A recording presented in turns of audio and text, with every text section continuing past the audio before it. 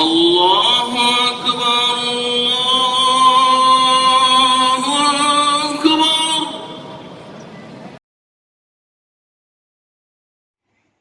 اعوذ باللہ من الشیطان الرجیم، بسم اللہ الرحمن الرحیم۔ رب اشرح لی صدری ویسر لی امری واحلل عقدۃ من لسانی یفقہوا قولی۔ السلام علیکم ورحمۃ اللہ وبرکاتہ۔ رمضان المبارک کی راتوں کے پہلے پہر میں ادا کی جانے والی نماز تراویح ہے۔ لفظ تراویح ترویحہ کی جمع ہے، جس کا مطلب ہے آرام کرنا۔ ترویحہ دراصل نشست کو کہتے ہیں۔ رمضان کی راتوں میں ہر 4 رکعت نماز کے بعد کچھ دیر آرام کرنے کو ترویحہ کہا جاتا ہے۔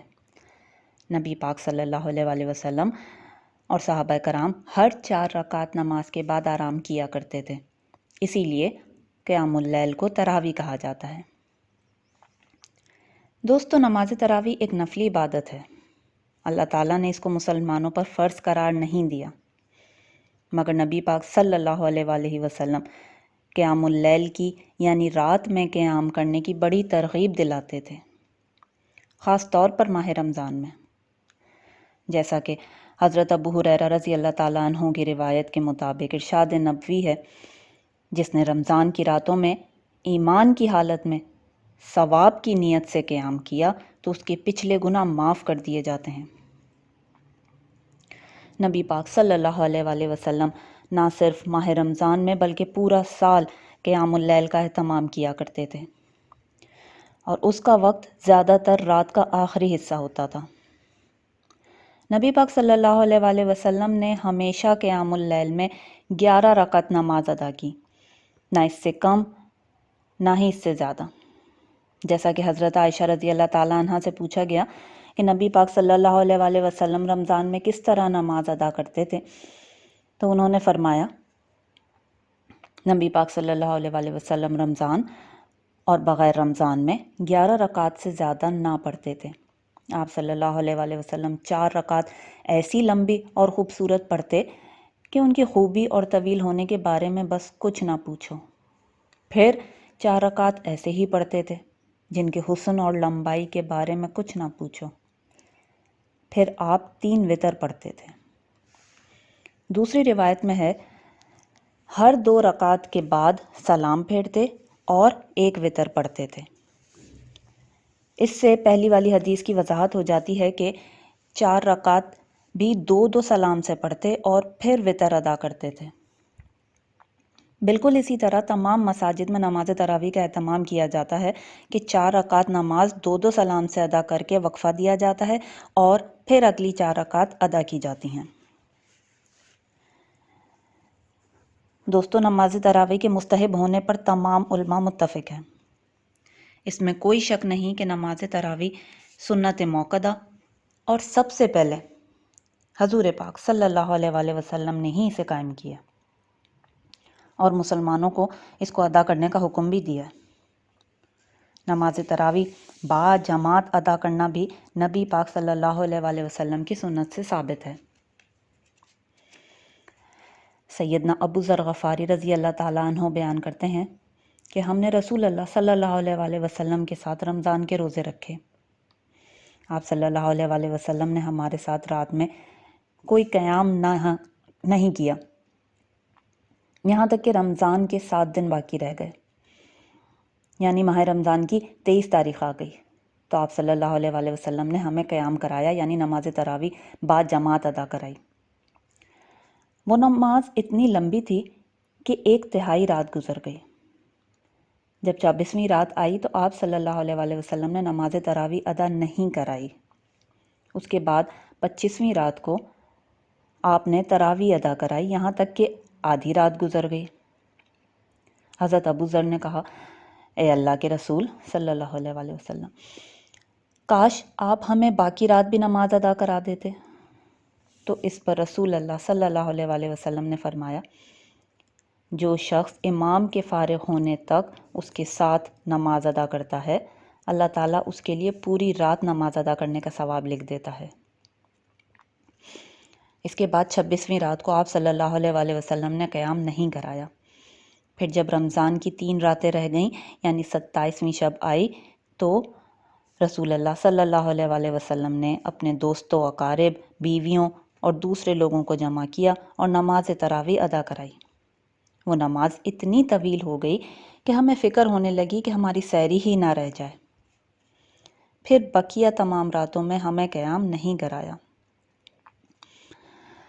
نبی پاک صلی اللہ علیہ وآلہ وسلم نے اپنی زندگی مبارک میں صرف 3 راتوں میں نماز تراویح کی امامت کرائی ہے۔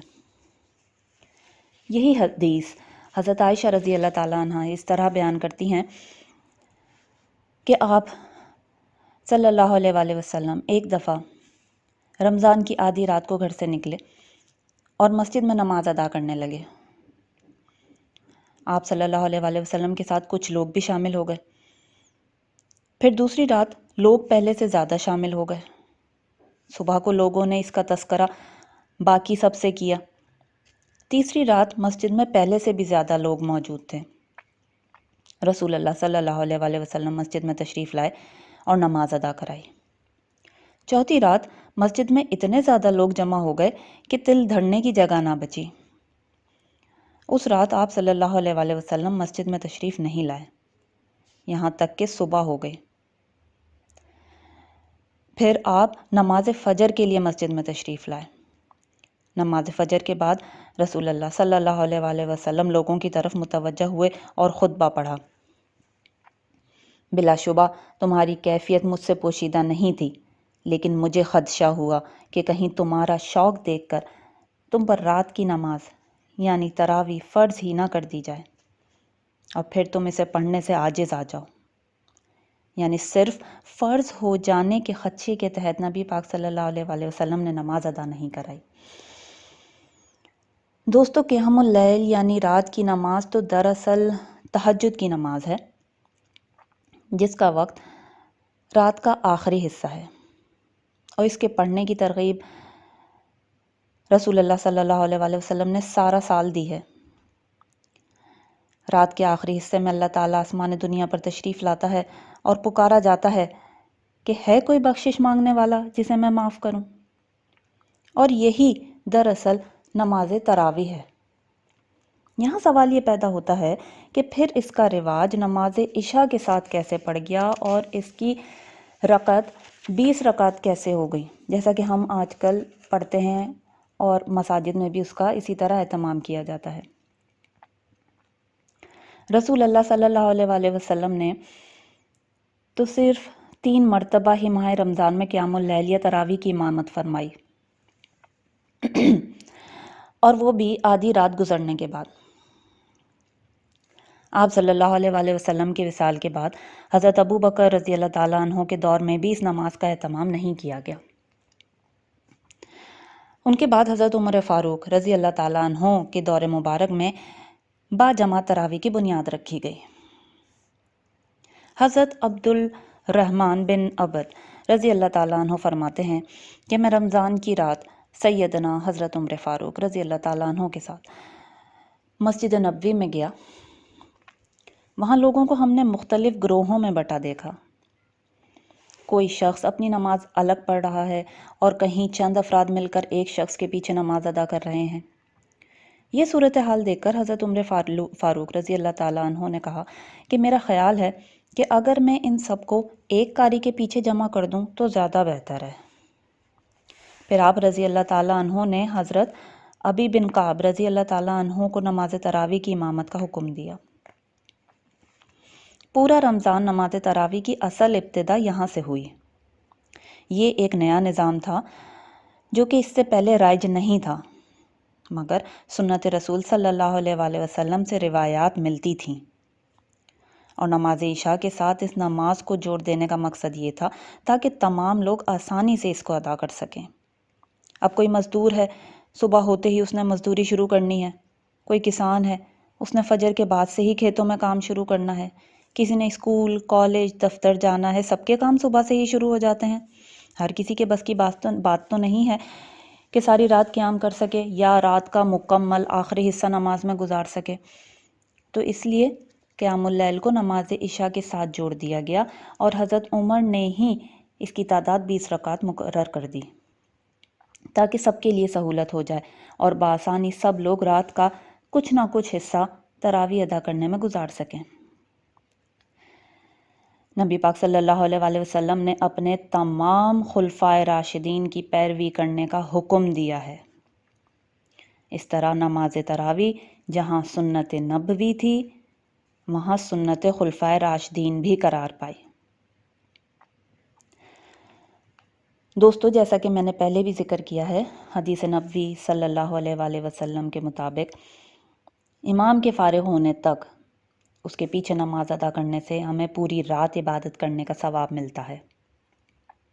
لیکن یہ بات یاد رکھیں کہ آج کل کے حالات کو دیکھتے ہوئے جہاں ساری دنیا کرونا وائرس کی لپیٹ میں ہے، آپ مکمل احتیاط کے ساتھ مسجد میں جائیں، اور اگر آپ کو لگے کہ وہاں بہت زیادہ رش ہے اور بیماری پھیلنے کا ڈر ہے تو واپس آ جائیں اور اپنے گھر کو ہی مسجد بنائیں۔ جماعت اپنے گھر میں کھڑی کریں، اپنے گھر والوں کے ساتھ۔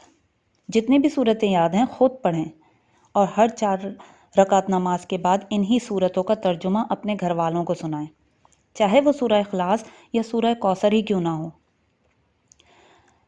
خواتین اپنے بچوں کو امامت کرانے کی ترغیب دیں، ان میں شوق پیدا کریں۔ بے شک امامت کرانے کا تو ثواب ہی بہت زیادہ ہے۔ 4 رکعت بڑے پڑھائیں تو اگلی 4 رکعت بچے پڑھائیں اور پھر سب مل کر ترجمہ پڑھیں اور مل کر دعا کریں کہ اللہ تعالی ہمارے تمام نیک اعمال کو قبول کرے اور اس وبا کو پوری دنیا سے ختم کر دے۔ آمین ثم آمین۔ دوستو، آج کی ویڈیو میں بیان کی گئی تمام احادیث صحیح مسلم شریف اور صحیح بخاری شریف سے حاصل کی گئی ہیں۔ آخر میں آپ سب سے میری ایک درخواست ہے، پلیز لوگوں میں آسانیاں بانٹیں۔ انشاءاللہ اللہ تعالیٰ آپ کی زندگی آسانیوں سے بھر دے گا۔ مجھے، میری ٹیم اور ہمارے ماں باپ کو اپنی دعاؤں میں یاد رکھیے گا۔ اللہ حافظ۔